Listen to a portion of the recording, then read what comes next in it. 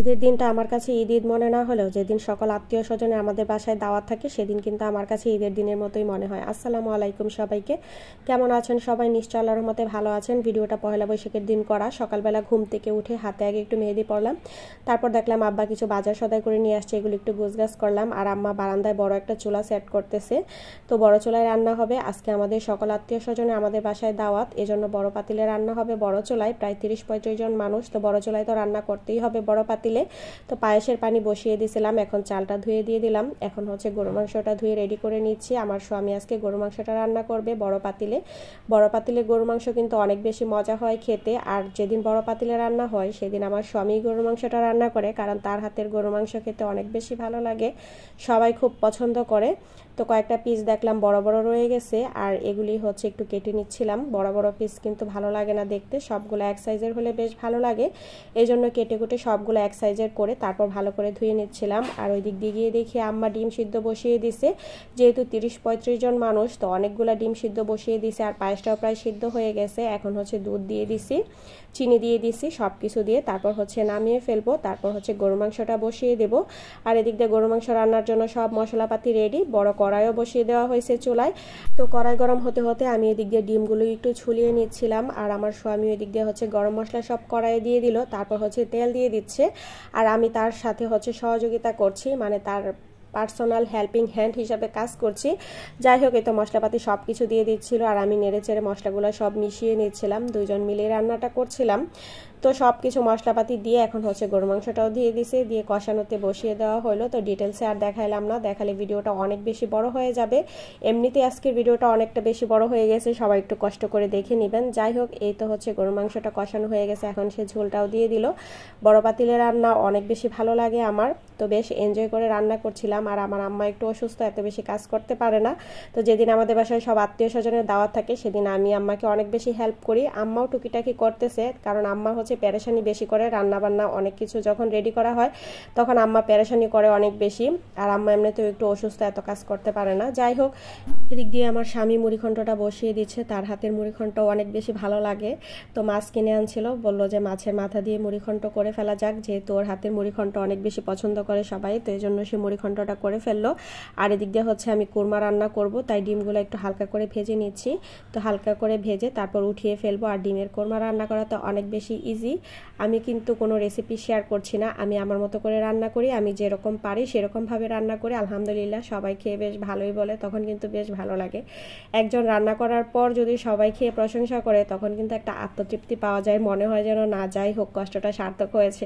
রান্না করার পর সবাই তৃপ্তি সহকারে খেতে পারলে এটার চেয়ে শান্তি মনে হয় আর কোনো কিছুই নাই। যাই হোক, আম্মা এখানে একটু লিকুইড দুধ দিয়ে দিল, তো দেওয়ার পর একটু ভালো করে আমি নেড়ে চেড়ে নিচ্ছিলাম। আর ডিমগুলাও দিয়ে দিলাম। কোরমা রান্না করা খুবই সহজ, কোরমাটা খুব তাড়াতাড়ি হয়ে গেছে। কাঁচামরিচ দিয়ে দিলাম, এখন হচ্ছে নামিয়ে ফেলবো। যেহেতু এক চুলায় রান্না করছি, একটা একটা করে সকাল থেকে রান্না বান্না শুরু করছি, এক চুলায় রান্না করলে কিন্তু মোটামুটি লেট হয় রান্না বান্না।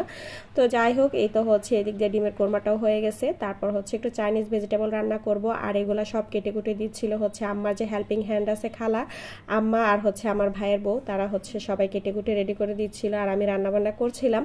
তো এদিক দিয়ে হচ্ছে একটু মাছ ভাজা করা হবে, মাছটা আমি একদম মশলাপাতি সব কিছু মিশিয়ে দিয়ে দিচ্ছিলাম। আম্মাকে বললাম ভিতরের চুলায় হচ্ছে রান্না করে ফেলতে, মানে ভাজা করে ফেলতে আর কি, মাছগুলা ভাজা করা হবে, যেহেতু এক চুলায় রান্না হচ্ছে অনেকটা সময় লেগে যাচ্ছে। তো যাই হোক, আম্মা হচ্ছে ভিতরের চুলায় নিয়ে গিয়ে এগুলো হচ্ছে ভাজা করতেছে, আর আমি এদিক দিয়ে হচ্ছে চাইনিজ ভেজিটেবলটা বসিয়ে দিলাম। তো আদা কুচি আর রসুন কুচি দিয়ে তারপর হচ্ছে চিকেনটা দিয়ে দিলাম, দিয়ে চিকেনটাও একটু ভাজা ভাজা করে নিচ্ছি। নেওয়ার পর আমি এখন হচ্ছে যে ভেজিটেবলটা একটু হালকা সিদ্ধ করে নিছিলাম সেটাও হচ্ছে এখন দিয়ে দিব। দেওয়ার পর একটু ভালো করে আমি নেড়েচেড়ে মিশিয়ে নিচ্ছি। খুবই ইজি, এখন এই রান্নাগুলো পারে না এমন মানুষ খুব কম। যাই হোক, এখন হচ্ছে দিয়ে দিলাম আমি এখানে পেঁয়াজ কেটে, মানে পেঁয়াজ ছাড়া তো এটা একদমই অসম্পূর্ণ, তো পেঁয়াজগুলা খালাই দিয়ে দিচ্ছিল। এখন ইউটিউবের জামানা, ইউটিউব দেখে দেখে এখন মানুষ সব কিছুই রান্না করতে পারে, তাই না? এগুলো বলার কিছুই নাই। তারপরে একটু একটু করে দেখিয়ে দিলাম। কি কি রান্নাবান্না করছি। যাই হোক, এই তো হচ্ছে রান্নাবান্নাটা মানে মোটামুটি কমপ্লিটের দিকে। তারপর হচ্ছে আর একটা আইটেম রয়েছে, এখন হচ্ছে একটু কর্নফ্লাওয়ার দিয়ে দিছি, আর এখন একটু গরুর দুধ লাস্ট পর্যায়ে ছিটিয়ে দিয়ে দিব। এটা হচ্ছে অপশনাল, কারো ভালো লাগলে দেয়, কেউ দেয় না, আমার ভালো লাগে তাই আমি এখানে একটু গরুর দুধ দিয়ে দিলাম। যাই হোক, আমাদের পাশের রুমে হচ্ছে আমার এক বোন থাকে, সে আবার একটা পিঠা দিয়ে গেল খাওয়ার জন্য, তো পিঠাটা খাচ্ছিলাম আর রান্নাবান্না করছিলাম। তো এই তো হচ্ছে এখন চিকেনটা বসিয়ে দিছি, এটা হচ্ছে দেশি মুরগি রান্না করতেছি, একদম শুকনো শুকনো করে রান্না করব। তো কষানো হয়ে গেছে, ঝোলও দিয়ে দিতেছি, তারপর হচ্ছে কষানো হয়ে গেলে একটু রান্নাটা শেষ হয়ে যাবে, মানে একদম কষা কষা করে রান্না করব শুকনো শুকনা। ঈদের পর কিন্তু রোজা ভেঙে এত বেশি খাওয়া হয় না, একটু একটু করে সবাই তুমি মোটামুটি করা হলো। যাই হোক, আজকের আয়োজন আমার এই পর্যন্তই ছিল। তারপর আমার বোন হচ্ছে ফোন করতেছে, তার মেয়ের আজকে জন্মদিন, মানে আমার বোনের মেয়ে, এই যে হচ্ছে ইকরা বুড়ি, ওর হচ্ছে আজকে বার্থডে, মানে পহেলা বৈশাখের দিন তার হচ্ছে জন্মদিন। ও হচ্ছে পহেলা বৈশাখের দিন হয়েছে, তাই প্রতি পহেলা বৈশাখে হচ্ছে ওর ছোট খাটো করে একটা জন্মদিন করা হয় একদম ঘরোয়া পরিবেশে। তো এমন কেউই ছিল না, জাস্ট শুধু আমরাই ফ্যামিলিতে যারা ছিলাম। আর ওই যে পিচ্ছিটা, ওর হচ্ছে গত ভিডিওতে শেয়ার করছিলাম, ও রাকিকা গেল, তো রাকিকার ছোট্ট একটা অনুষ্ঠান হয়েছিল, তো সেটা আপনাদের সাথে শেয়ার করা হয়েছিল। আর এটা হচ্ছে ইকরা বুড়ির জন্মদিনের একটা ছোটোখাটো ভিডিও, মানে আমরা সবাই একসাথে একটু মজা করলাম, একটু কেক কাটলাম, এই আর কি। যাই হোক, এই তো হচ্ছে আমার দুই মেয়ে, তারপর হচ্ছে ইকরা বুড়ির বাবা আর হচ্ছে ইকরা, ওরা হচ্ছে বসে কেক কাটতেছিল। তো এখন হচ্ছে ইকরাকে কেক খাওয়ানো হচ্ছে।